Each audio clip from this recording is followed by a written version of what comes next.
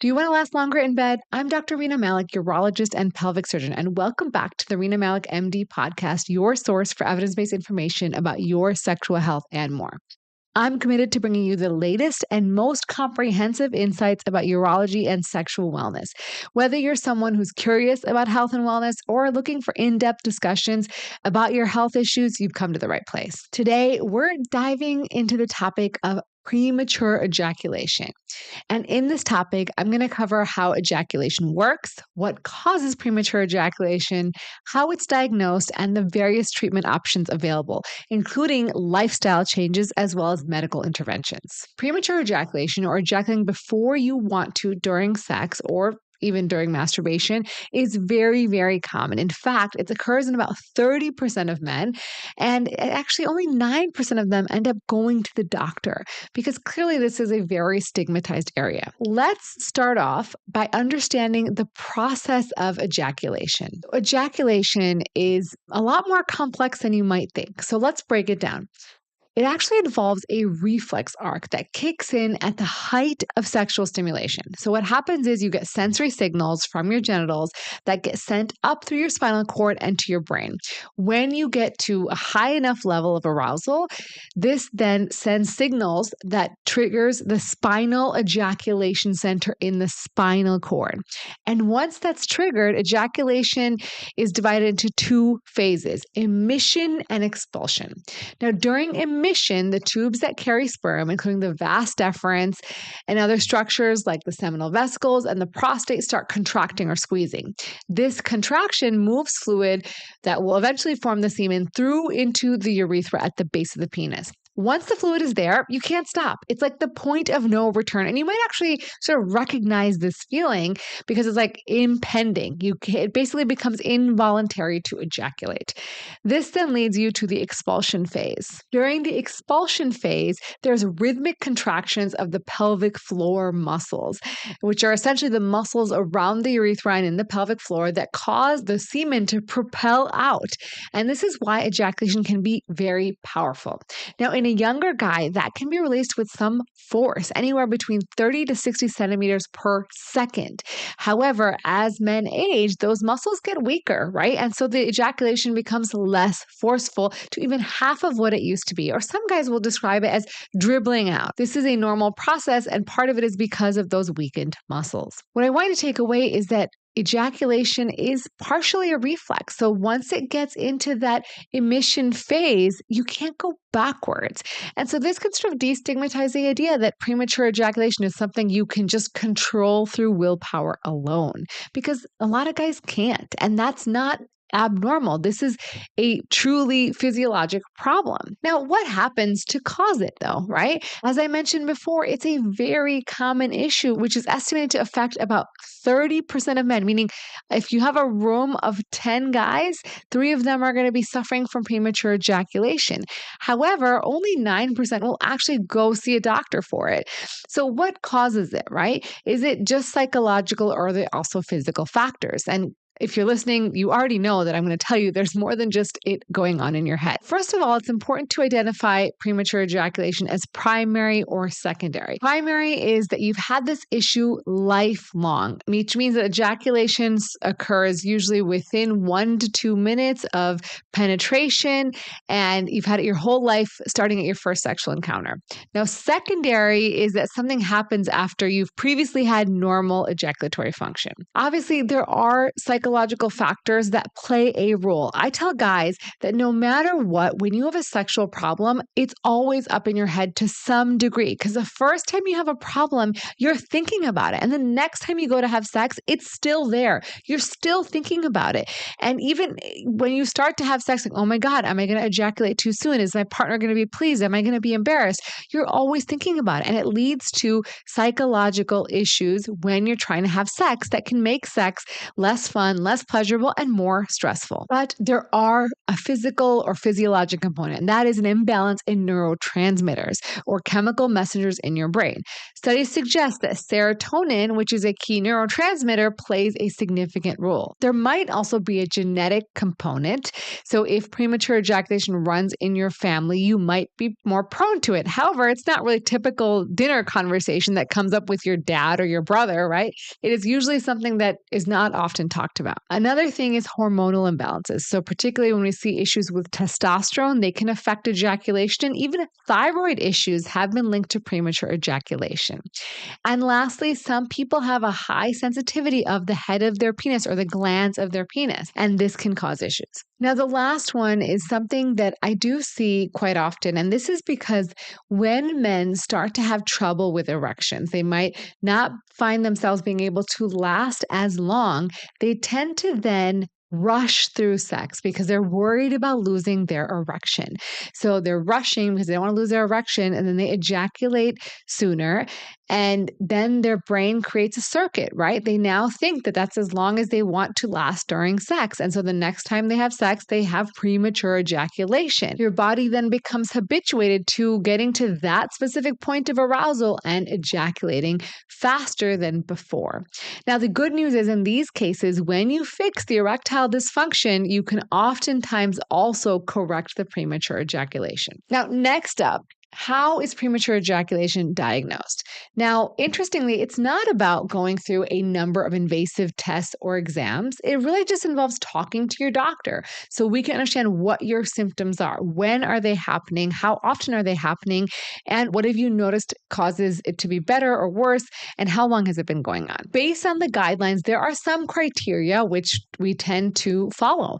First, the ejaculation has to occur within 1 to 2 minutes of vaginal penetration consistently. Secondly, there must be distress associated with this, meaning you and your partner or you or your partner are going to be bothered by this. It might be causing stress or anxiety or relationship issues.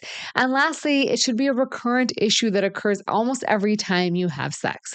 Now, for me personally, I don't really care if you last 1 to 2 minutes or a little more than that. What I care is how bothered you are, because that's what really matters to me. I want you and your partner to be satisfied.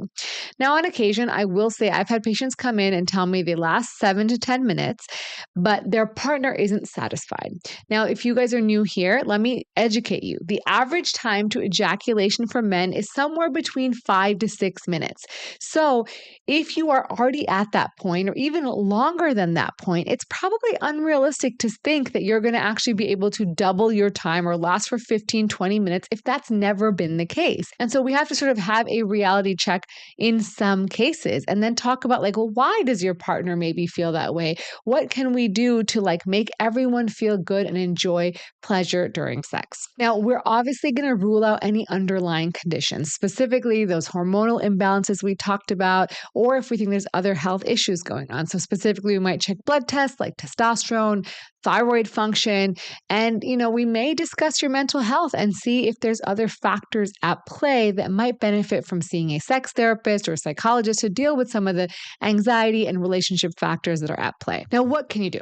Right? There's a lot of ways that we can treat and manage premature ejaculation. And probably the most effective ways are doing lifestyle changes and sometimes adding pharmacologic therapy. So first up, let's talk about exercise. There's actually evidence that regular physical activity, particularly high intensity interval training, can help men gain better control over ejaculation. Now, this is because it improves cardiovascular health, which means there's better blood flow, which means better sexual function and overall stamina.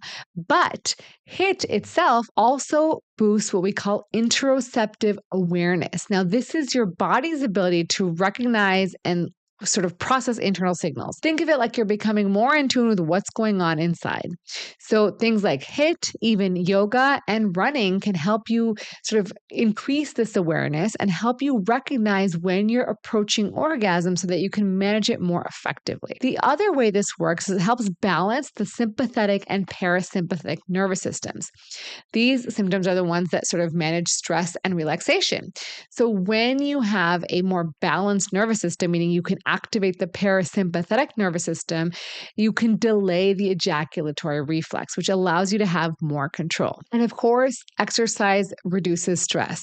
It obviously releases endorphins, which are essentially body's natural mood boosters. And that is so important because, as I mentioned, stress can be a very vicious cycle when it comes to sexual dysfunction. And so anything you can do that will reduce stress, whether it's exercise, meditation, mindfulness, that can help. Now, to give you some data, a randomized controlled trial with 76 Chinese men who were between the ages of 18 to 34 looked at HIIT and how it affected premature ejaculation. These men got put into 3 groups, and one of the groups did HIIT for 7 minutes a day. Another group did slow breathing exercises for 7 minutes a day, and the control group.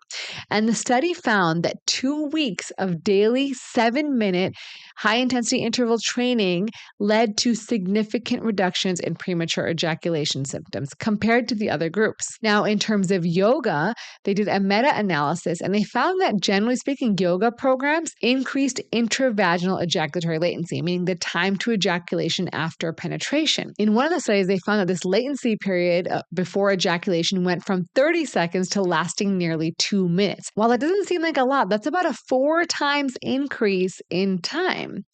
And one of the studies said that the yoga was almost as effective as the antidepressant medications that we use to treat premature ejaculation. Now, it's important to remember these studies are relatively small, but they're promising, and these are really safe, easy things you can do at home. Lastly, pelvic floor exercises. Now, these exercises tend to strengthen the pelvic floor muscles and have been shown to potentially help with premature ejaculation. Several studies suggest these exercises can help men gain better control, and this is because they strengthen the pelvic floor muscles. So men can then delay ejaculation by consciously controlling those contractions during sexual activity. And of course, these muscles can also help with that awareness of where that impending arousal is going. And of course, like exercise, Kegel exercises alone can boost blood flow to the pelvic region, which will ultimately support your pelvic health and overall function. Next up are behavioral techniques. So one is the start-stop method. Now, this is simple, super easy, that you and your partner can practice, or you can practice by yourself. Now, do not surprise your partner with this. You want to talk about it before you have sex so that you're both on board. The concept here is to train your body to delay the point of ejaculation through controlled stimulation. And here's how it works. You want to start by, of course, beginning stimulation like you normally would. So engage in sexual activity until you feel like you're approaching climax. Just before that point of no return, stop everything and take a few minutes to let your arousal come down. This pause will help you sort of identify and gauge where you are in terms of arousal, and it trains your mind and body to respond differently to those sensations. I generally recommend taking some sort of deep cleansing breaths because those can help activate the parasympathetic nervous system. Now, once you've calmed down, then you start again. And generally, I tell people to do this 3 times, and on the 4th time, you let yourself ejaculate. And over time, this can increase the time to ejaculation. Another technique is sort of a variation on this. It's called the squeeze technique. So instead of pausing when you reach that point of no return, you're actually applying pressure to a particular part of the penis to help delay ejaculation. At that point, you want to firmly but gently squeeze the head of the penis, particularly the base of the head of the penis, using your thumb and your forefinger, and squeeze for about 10 to 20 seconds. That's just enough to reduce the erection rigidity just a little bit and diminish the urge to ejaculate. You then pause and then wait till your arousal level comes down a bit, and then you again restart. Now, these exercises can be sort of challenging if your partner's not on the same page because it can be frustrating. So you want to make sure you talk about it or you practice on your own. So interestingly, there's actually been some really interesting research on using masturbation devices combined with these techniques to help. And that's basically because they're providing a controlled environment to practice these techniques. And they may also provide some degree of desensitization because some of them include vibration and other factors. They're generally designed to just mimic the sensations of sex so that it makes it easier to then translate the skills that you learned during masturbation to a partner. So there's a couple that have actually been studied. And so the first one is called MyHixel. And this is a masturbator type technology that's designed to mimic the vaginal environment. It also tries to maintain the temperature at 36 to 37 degrees Celsius, which is body temperature, and it has these gentle vibrations. So they've published one study where they looked at 40 men over an 8-week program, and they showed a significant improvement in that intra-ejaculatory latency time from about 1 minute to a little bit over 4 minutes. And they compared this to guys who were just doing exercise without the masturbator, and that group only went up to a little less than 3 minutes. So it was significantly better. So the next device is called the Tenga Flip Hole. Now this is, again, a masturbation aid, and it was studied in a series of 18 men who had lifelong PE. We studied in a smaller case series of about 18 men who used the device for 6 weeks for 5 minutes, 5 times a week. And while they didn't actually measure the latency time, 83% showed improvements in ejaculatory control, 72% had less distress, and only a third of people were satisfied with intercourse, but it did show some improvement. Again, really small study here, but interesting. Last one is also by Tenga. It's called the Men's Training Cup Keep Training.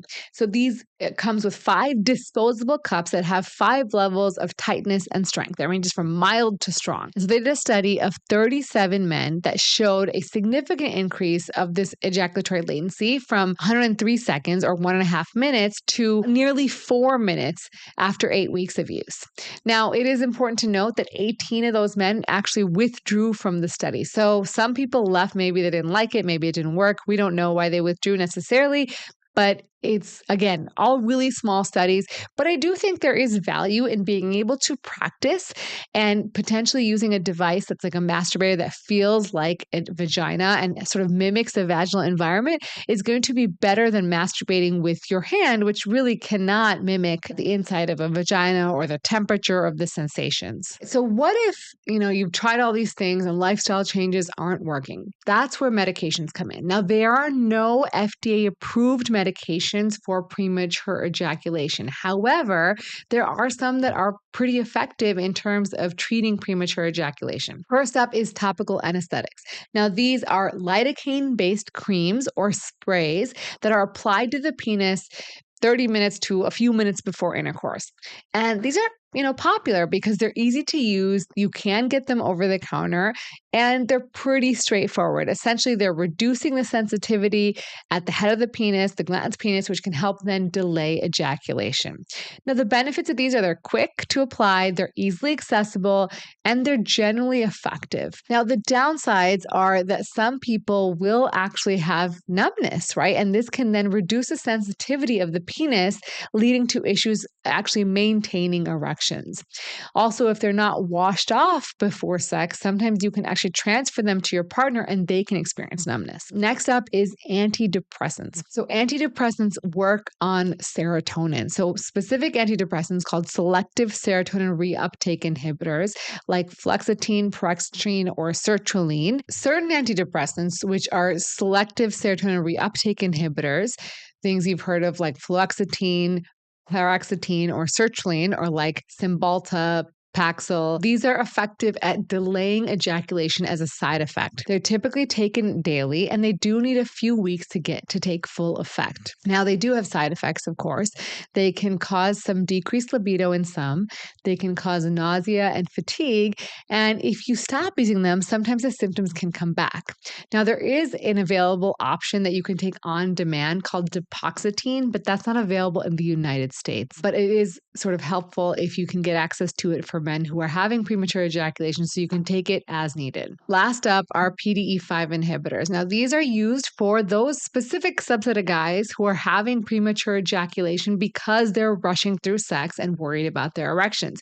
Because if we can fix the erectile dysfunction, oftentimes we can help the premature ejaculation. This is why it's really important when you talk to your doctor to be very clear about what's going on with you. A lot of times, guys will come in and they say, I have issues with erections. They don't really go into much more detail. The doctor may not ask, and so they go home with a medication like tadalafil or sildenafil, and they don't see effect because it's not going to treat premature ejaculation on its own. It's only going to treat those guys who have erectile dysfunction and suffer from premature ejaculation as a result of that erectile dysfunction. Now, these medications are not without side effects. I've talked about these medications a lot on my YouTube channel, so make sure to check out the videos where we discuss those. If you're watching or if you're listening, make sure to go on YouTube and watch those. But side effects can include things like headache, flushing, upset stomach.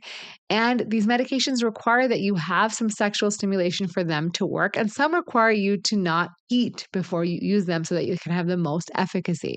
So there are some sort of trade-offs when you're using these medications, but they are very effective for treating erectile dysfunction. Now, if none of these things work, there are some additional medications that have also been studied off-label to help. Things like tamsulosin or tramadol can help with premature ejaculation, but generally speaking, we try these other options first. And if you can do lifestyle options like we talked about, combined with medications, that's going to give you the best results. But always remember, there is no one size fits all solution, right? This is a very individual problem, particularly if it's not been lifelong, if it's acquired. There's a lot of things going on that you might need to address and look into. And so it's really important to do an audit, see what is going on, what changed, why all of a sudden are you noticing this change? Has stress at work increased? Has your relationship gotten more stressful? Have other things been sort of off that might be contributing? And how can we fix those as well while we're fixing these other issues? To wrap up, let me just summarize what we've gone through today. So premature ejaculation is really common, affecting up to 30% of men. 30% at some point in their lives. And it can be caused by both psychological, physiological, and genetic factors. It's diagnosed primarily by a discussion, right? There's not a lot of invasive tests that need to be done. It's most often by a discussion with your healthcare provider. There are a whole host of treatment options available, including lifestyle changes like exercise, stress management, and stop and start treatments, as well as using masturbator devices to help practice those things. You can also use pharmacological therapies like antidepressants or even topical anesthetics like delay sprays or creams to help with sort of decreasing the sensitivity. All right, guys, thank you so much for joining me today on today's episode of the Rena Malik MD podcast. If you guys enjoyed it, do me a solid favor. Subscribe or follow the podcast, leave a rating or review, and share this episode with someone who might benefit from it. Your support helps us reach more people with meaningful information. So until next time, take care of yourself because you are worth it.